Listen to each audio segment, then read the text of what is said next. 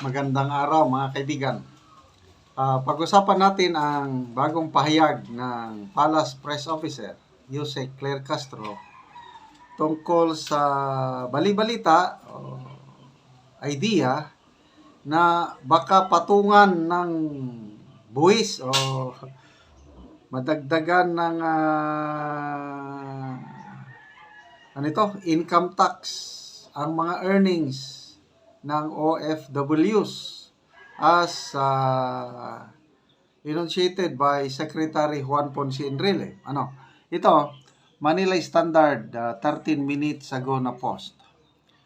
Malacanang on Wednesday assured overseas Filipino workers that the government has no plans to revoke their tax privileges after Chief Presidential Legal Counsel Juan Ponce Enrile made some comments on their threat to observe a zero remittance week. Okay, basahin natin ang article Ito pa kasi si Secretary Enrile, nag-post pa siya ng ganun na mag-isip-isip kayo. Mamaya basahin ko ang kanyang comment. Ito, Manila Standard. PCO assures OFWs no plans to revoke tax privileges amid Enrile's remarks. Okay. Malacanang on Wednesday assured OFWs that the government has no plans to revoke their tax privileges after Chief Presidential Legal Counsel Juan Ponce Enrile made some comments on their threat to observe a zero remittance week. Enrile recently told OFWs that they are exempt from paying income tax, travel tax, airport fees, and documentary stamp tax. He warned, ito na yung warning, babalay. He warned that government actions often trigger countermeasures, raising concerns about the possible suspension of these exemptions. His remarks came after reports of the planned zero remittance week from the group Maisog Croatia in Europe, which is set to run from March 28 to April 4, as a form of protest to return former President Rodrigo Duterte to the Philippines. Okay. In response, Palace Press Officer Claire Castro said the government remains committed. Mabuti naman.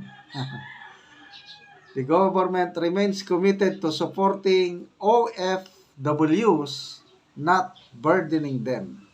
Sa lahat ng sinabi ni Yusek Claire Castro, ito ang maganda. Sana ganito palagi. Hindi daw kayo pahihirapan. Sana nga. Ito ang sabi niya. The government helps OFWs. We are not against them, sabi ni Claire Castro. Palakpakan naman natin siya. Sana totoo. Chief Legal Counsel Enrile was simply reminding them of the assistance they receive from the government. We will not suppress their rights or decisions regarding their remittances as long as they follow the law. Yun lang pala Dapat irespeto nyo ang OFWs, magpadala o hindi. Ganun lang yun. Bakit pa kasi na parang nananakot pa itong si Secretary Enrile? Okay. When asked whether President Marcos had been briefed on the matter, Castro confirmed his awareness but clarified that no legal action was being considered. Anong legal action? Meron bang batas na nagbabawal sa mga OFWs na huwag silang magpadala? Meron ba? Bakit nyo pa isipin ang legal action considered? Grabe naman.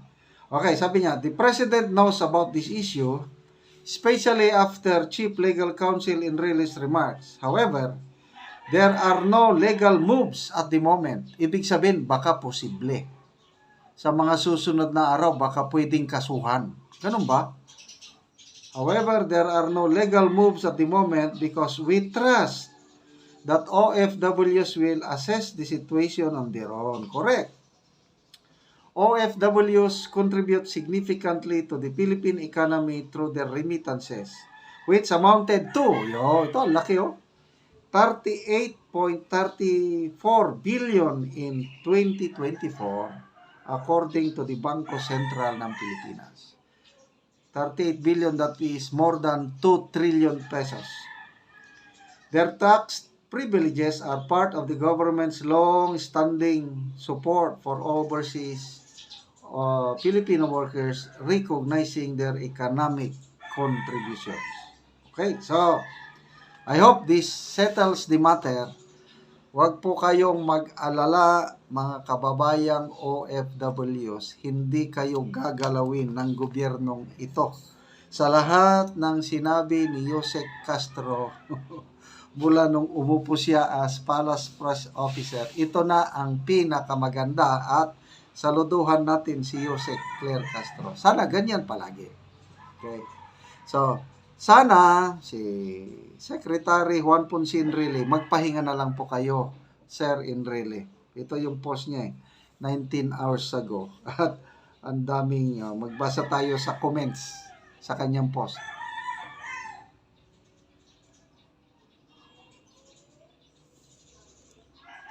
Teo Moreno, sabi niya, are you saying the Congress will retaliate?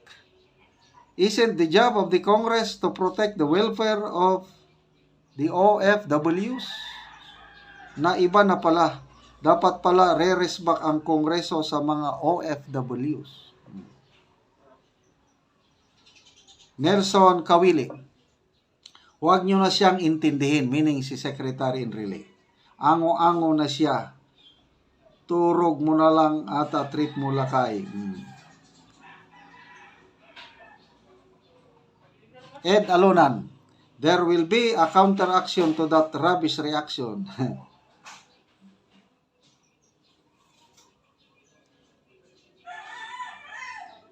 Colis Jessel, it's alright Manong GP. Let's see how long the Philippine economy remains stable without us, the OFWs.